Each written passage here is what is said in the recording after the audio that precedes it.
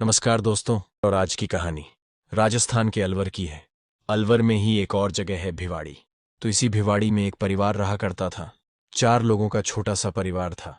महिला थी शशि, पति का नाम था इंद्रपाल और शशि की एक छोटी सी बेटी थी। असल में शशि और इंद्रपाल ने अब से कोई 2 साल पहले लव मैरिज की थी। शशि जो है वो पहले से शादीशुदा थी, लेकिन उसका जो पहला पति था उसको परेशान करता था। इत्तेफाक से इंद्रपाल से दोस्ती हो गई, फिर लव अफेयर हो गया और शशि ने इंद्रपाल से शादी कर ली। और इंद्रपाल ने बड़ा दिल दिखाते हुए शशि की जो बेटी थी, पहले शादी से उसे अपनी बेटी के तौर पर अपना लिया था। शशि को पाकर इंद्रपाल की जिंदगी खुशियों से भर गई। कुछ दिन बीते तो हरियाणा के सिरसा में रहने वाला इंद्रपाल शशि को लेकर राजस्थान आ गया और यहाँ भिवाड़ी में दोनों किराए का एक फ्लैट लेकर रहने लगे। यहाँ शशि ने इंद्रपाल के बेटे को जन्म दिया। इंद्रपाल को भिवाड़ी में ही काम मिल गया था और शशि भी एक कंपनी में गार्ड के तौर पर नौकरी करने लगी। सब कुछ ठीक ठाक चल रहा था, लेकिन कुछ दिन पहले इस खुशहाल परिवार की जिंदगी में एक अजीब मोड़ आया। शशि अचानक अपने बच्चों के साथ गायब हो गई। यह सब इतने अचानक हुआ कि किसी को कुछ समझ नहीं आया। अब यह सवाल खड़ा हो गया कि आखिर शशि और उसके बच्चे कहाँ गए और क्यों। हुआ ये कि एक रोज शशि अपने घर से गायब हो गई और शशि अकेली नहीं बल्कि उसके साथ उसकी बेटी और बेटा भी था। माँ और बच्चे जब दोनों गायब हो गए तो इंद्रपाल जो पति था वो काफी परेशान हुआ। लाजमी है परेशान होना, लेकिन इस गुमशुदगी के पीछे एक कहानी थी। कहानी ये थी कि इंद्रपाल और शशि के बीच में कुछ कहा सुनी, कुछ अनबन जैसी बात हुई थी और उसके बाद शशि जो गायब नहीं हुई बल्कि घर छोड़कर चली गई। अब बीवी घर छोड़कर चली जाए तो पति परेशान हो ही जाता है। इंद्रपाल अपनी पत्नी शशि और बच्चों के अचानक गायब होने से बहुत परेशान हो गया। उसने अपने आस पड़ोस के जान पहचान वालों और हमदर्दों से बातचीत की, उनसे मदद मांगी और बताया कि उसकी पत्नी कहीं चली गई है, लेकिन उसे कहीं ढूंढने पर भी नहीं मिल रही। इंद्रपाल ने आखिरी उम्मीद के तौर पर पुलिस स्टेशन में जाकर शशि और बच्चों की गुमशुदगी की रिपोर्ट दर्ज करवाई। पुलिस ने इंद्रपाल की बात सुनी और उसे सांत्वना दी, लेकिन साथ ही कहा, देखिए, आप भी ढूंढने की कोशिश करें, हम भी अपनी तरफ से पूरी कोशिश करेंगे। शशि बच्ची नहीं है, अपनी मर्जी से ही गई होगी। आप सोचिए, वो कहाँ जा सकती है। कोई संभावनाएं हैं तो हमें बताइए, ताकि हम उसी दिशा में जांच शुरू कर सकें। पुलिस की यह बात सुनकर इंद्रपाल के मन में कई सवाल उठने लगे। वह सोचने लगा कि आखिर शशि क्यों और कहाँ जा सकती है। उसने अपनी याददाश्त पर जोर डालकर कुछ संभावनाओं के बारे में सोचने की कोशिश की, लेकिन उसे कुछ समझ नहीं आ रहा था। तो इंद्रपाल जो है वो अपने तौर पर अपनी बीवी को काफी ढूंढता रहा, लेकिन उसे शशि के बारे में कोई जानकारी नहीं मिली। 1-2 दिन का वक्त गुजर गया और इस घटनाक्रम को, जैसा कि मैंने आपको बताया, मुश्किल हफ्ते भर पहले की ये बात है। तो 1-2 दिन का वक्त जब गुजर गया तो इंद्रपाल ने अपने पड़ोस में रहने वाले 2 लोग जो उसके हमदर्द थे, जानकार थे, जिनका उसके घर में आना जाना था, उनको इसके बारे में बताया। इनमें एक आदमी का नाम है बालाकांत, जो मूल रूप से हैदराबाद का रहने वाला है, और दूसरे आदमी का नाम है कुलदीप, ये फरीदाबाद का रहने वाला है। ये दोनों वहां किसी फैक्ट्री में काम करते हैं और जिस फ्लैट में, जिस मकान में आनंदा ग्रीन सोसाइटी में शशि और इंद्रपाल रहते थे, ये उसके ऊपर वाले फ्लोर में ये दोनों भी रहा करते थे। तो जाहिर सी बात है, इंद्रपाल और शशि की जान पहचान होगी, आपस में सबकी बातचीत होती थी। तो इंद्रपाल ने इन पड़ोसियों से अपने पत्नी की गुमशुदगी के बारे में अपनी तकलीफ साझा की। अब बालाकांत और कुलदीप ने इंद्रपाल सिंह को कहा कि तिजारा में एक बाबा है, वहां एक बाबा रहते हैं जो सन्यासी टाइप है और तंत्र मंत्र के भी जानकार है। उनसे अगर एक बार मिलकर तुम फरियाद करो और उनको अपनी पीड़ा, अपनी तकलीफ बताओ, तो हो सकता है कि वो ये बता दें कि शशि कहाँ पर है, जिससे तुम्हारी बीवी जो भाग गई है या कहीं चली गई है वो वापस मिल सकती है। क्या सच में मेरी बीवी मुझे वापस मिल सकती है? उन्होंने कहा, हाँ, मिल जाएगी। दोनों ने कहा, इसमें कोई दिक्कत नहीं है, वो कोई मामूली बाबा नहीं है। इंद्रपाल कहता है, मैं एक बार चल के मिलना चाहूंगा, मैं उनका दर्शन करूंगा। तो फिर उसने बालाकांत से और कुलदीप से ये रिक्वेस्ट की कि वो पहले कभी तिजारा में उस बाबा के पास गया नहीं है। अगर उनको पता है वो पहले वहां गए हैं तो प्लीज वो भी एक बार साथ चल चले। तो इन दोनों ने कहा कि ठीक है, जब सही वक्त आएगा तो वो साथ चलेंगे और उसे ढूंढने की कोशिश करेंगे। इस बात को तकरीबन 2-3 दिनों का वक्त गुजर गया। हालांकि यह बातचीत जो है वह 3 लोगों के बीच बातचीत हुई थी और किसी को इसके बारे में जानकारी नहीं थी। लेकिन हुआ ये कि अभी पिछले 28 जून को ये इंद्रपाल भी जो है अचानक अपने घर से गायब हो गया, इससे पहले कि वो तिजारा पहुंच पाता। बाबा से मुलाकात उसकी होती। ये जो इंद्रपाल है वो भी 28 जून को रहस्यमयी तरीके से गायब हो गया। अब इंद्रपाल को जानने वाले लोग जो है इंद्रपाल की गुमशुदगी से हैरान थे, लेकिन किसी ने उसे ढूंढने की ज्यादा कोशिश भी नहीं की। हुआ ये कि 29 जून शनिवार की सुबह तकरीबन 8 बजे का समय था, जब राजस्थान के शेखुपुर पुलिस थाने में एक चौंकाने वाली खबर पहुंची। किसी ने सूचना दी थी कि थाने से करीब 2 किलोमीटर की दूरी पर सड़क किनारे एक खून से लथपथ लाश पड़ी हुई है। यह सूचना मिलते ही डीएसपी शिवराज सिंह और हेड कांस्टेबल रमजान रामबास तुरंत घटनास्थल की ओर रवाना हो गए। जब पुलिस की टीम वहां पहुंची तो उन्होंने देखा कि सड़क के किनारे तारबंदी के पास एक व्यक्ति की लाश लहूलुहान हालत में पड़ी हुई थी। ऐसा प्रतीत हो रहा था जैसे उस व्यक्ति की गर्दन को किसी धारदार हथियार से बेरहमी से काट दिया गया हो।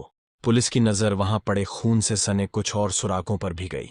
शव के पास एक स्कूटी की नंबर प्लेट मिली जो खून से सनी हुई थी।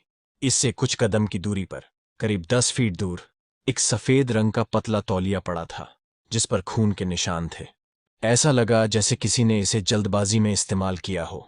और तो और सड़क की तारबंदी के बाहर करीब 30 फीट दूर खेत में एक काले रंग का हेलमेट भी पड़ा था जो खून से सना हुआ था।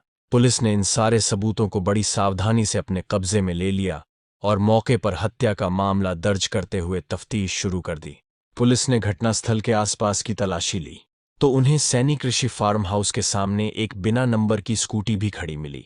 ये एक्टिवा स्कूटी भी खून से सनी हुई थी, जो कि मामले को और अधिक पेचीदा बना रही थी।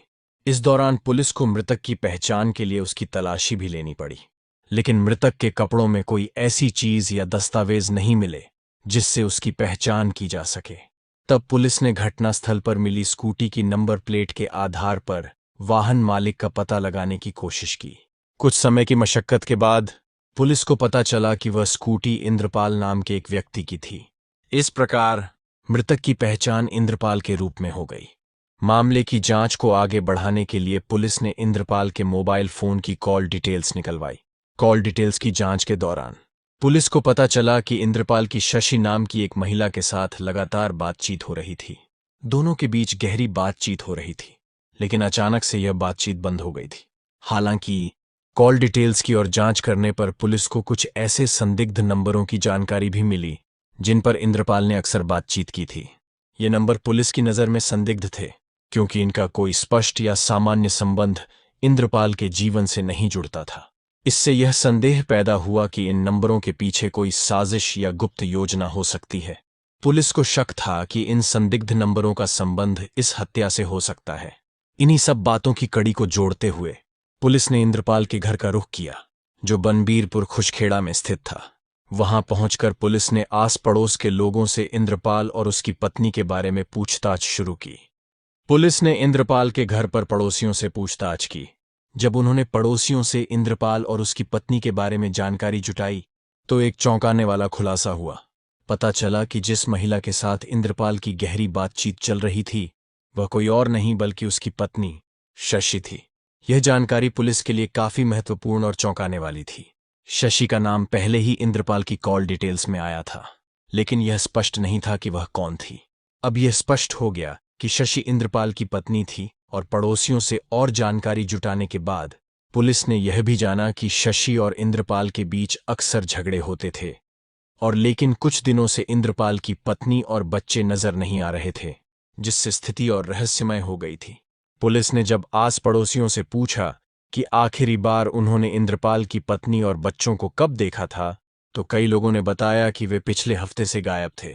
यह सूचना पुलिस के लिए महत्वपूर्ण थी क्योंकि इंद्रपाल की मौत और उसकी पत्नी व बच्चों के गायब होने के बीच कोई गहरा संबंध हो सकता था।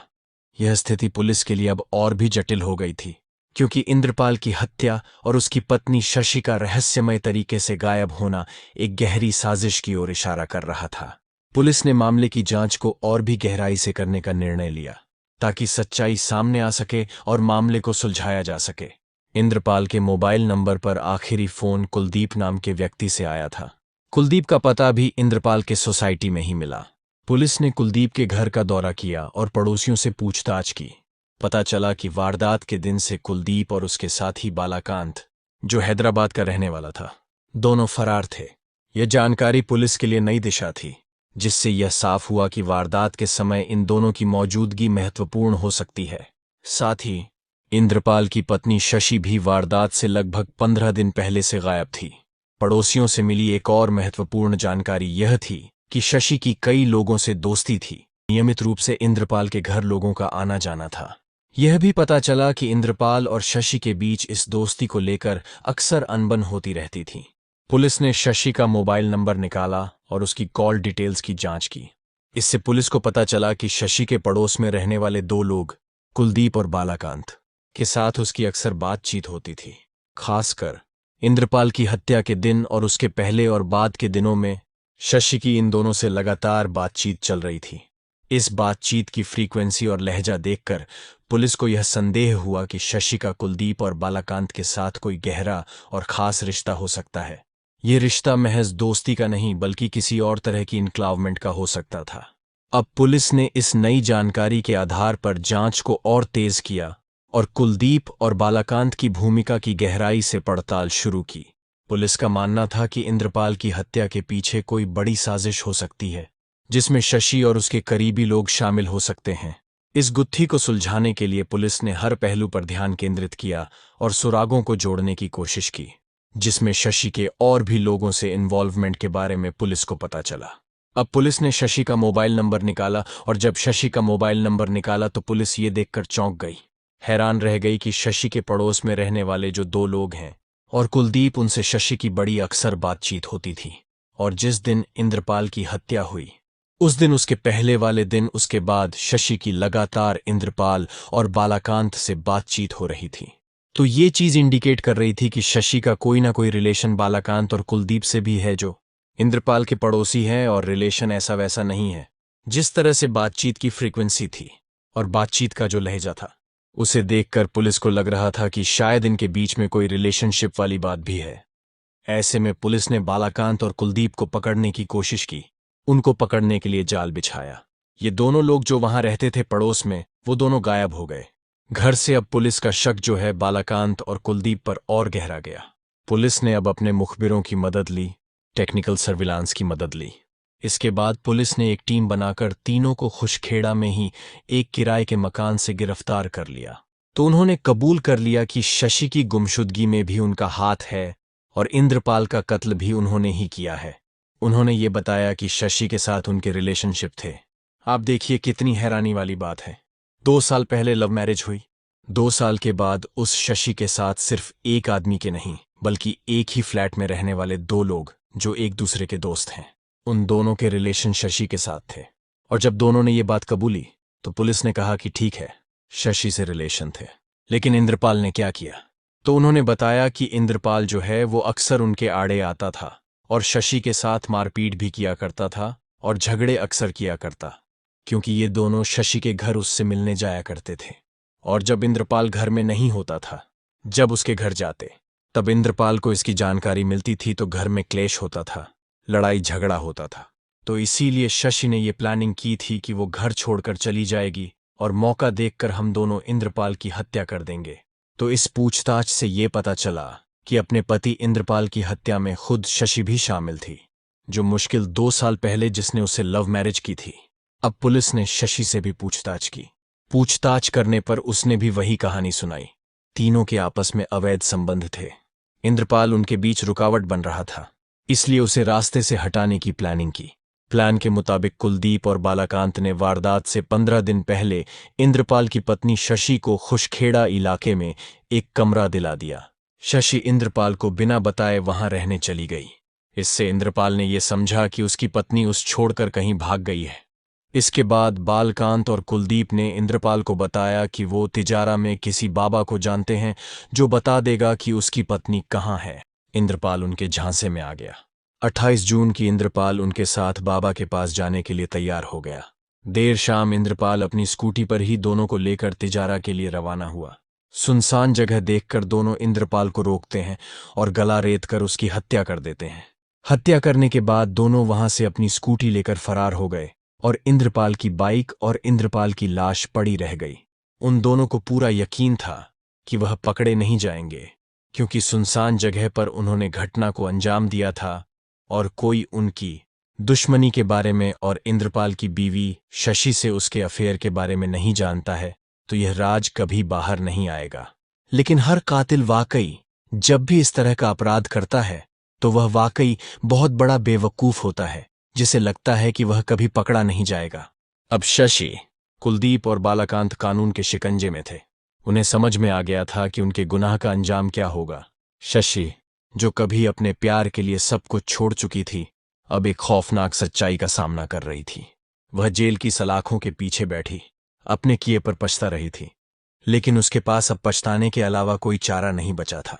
इस केस ने एक बार फिर साबित किया कि जब इंसान अपने गुस्से और बदले की भावना के वश में आ जाता है तो वह कुछ भी कर सकता है, लेकिन अंत में सच्चाई सामने आकर रहती है। पुलिस की मेहनत और सही वक्त पर उठाए गए कदमों ने इंद्रपाल के हथियारों को पकड़ लिया और एक बार फिर न्याय की जीत हुई। शशि, जिसने इंद्रपाल से प्यार करके शादी की थी, लेकिन उसकी शादीशुदा जिंदगी में समस्याएं बढ़ने लगीं। इंद्रपाल के साथ के शुरुआती दिन अच्छे थे, पर धीरे धीरे उनके रिश्ते में दरारें आने लगीं। शशि के इस व्यवहार ने उसकी जिंदगी को जटिल और समस्याग्रस्त बना दिया। शशि की यह हरकतें और उसके दो लोगों के साथ शारीरिक संबंध न केवल नैतिक रूप से गलत थे, बल्कि इसने उसके परिवार को भी बर्बाद कर दिया। शादी के बाद इंद्रपाल ने शशि और उसकी बेटी को अपनाया, लेकिन शशि ने उसकी ईमानदारी और प्रेम को सही तरीके से नहीं समझा। अपने व्यक्तिगत असंतोष और भावनात्मक कमजोरी के चलते शशि ने कुलदीप और बालाकांत के साथ अवैध संबंध बना लिए। इन संबंधों के चलते शशि और इंद्रपाल के बीच अक्सर झगड़े होने लगे। इंद्रपाल के लिए यह स्थिति असहनीय हो गई, क्योंकि उसने अपने रिश्ते और परिवार को बचाने की कोशिश की, लेकिन शशि ने उसकी भावनाओं और विश्वास को ठेस पहुंचाई। इन झगड़ों का कारण शशि का उन दोनों मर्दों के साथ शारीरिक संबंध ही थे, जो किसी भी सूरत में एक परिवार के लिए अच्छा नहीं हो सकता था। शशि ने अपने परिवार की खुशियों और इंद्रपाल के प्यार को ताक पर रखकर खुद को एक ऐसे रास्ते पर धकेल दिया जहां से वापसी का कोई मौका नहीं बचा। उसका गलत रास्ता चुनने का यह नतीजा था कि अंततः उसने न केवल अपना परिवार खो दिया, बल्कि अपनी इज्जत और सम्मान भी गंवा दिया। शशि की कहानी से एक महत्वपूर्ण सीख मिलती है कि रिश्तों में ईमानदारी, वफादारी और पारदर्शिता बहुत जरूरी है। अगर इन मूल्यों का पालन नहीं किया जाए तो न केवल व्यक्तिगत जीवन बल्कि परिवार भी बर्बाद हो सकता है। शशि के दो मर्दों के साथ अवैध संबंध ने उसे उसकी वास्तविकता से दूर कर दिया। उसने यह नहीं सोचा कि उसके गलत फैसलों का नतीजा कितना घातक हो सकता है। इस तरह के रिश्तों में उलझकर उसने अपने और अपने परिवार की खुशियों को खुद अपने हाथों से नष्ट कर दिया। इस कहानी से यह भी सीखने को मिलता है कि झूठ और धोखे की बुनियाद पर बने रिश्ते कभी भी लंबे समय तक टिक नहीं सकते। सही समय पर सही फैसले लेने चाहिए, और अगर कोई परेशानी हो तो उसे हल करने के लिए खुलकर बात करनी चाहिए, बजाय इसके कि किसी गलत रास्ते पर चला जाए। रिश्तों को संजोना, उनकी कद्र करना और आपसी विश्वास बनाए रखना ही एक स्वस्थ और खुशहाल जीवन की कुंजी है। हमारी इस कहानी को सुनने के लिए धन्यवाद। इसी तरह की सच्ची घटनाओं और सीखों के साथ मैं फिर लौटूंगा। तब तक के लिए सुरक्षित रहें, सतर्क रहें और ध्यान रखें कि किसी भी संदिग्ध स्थिति में सही कदम उठाना कितना जरूरी है।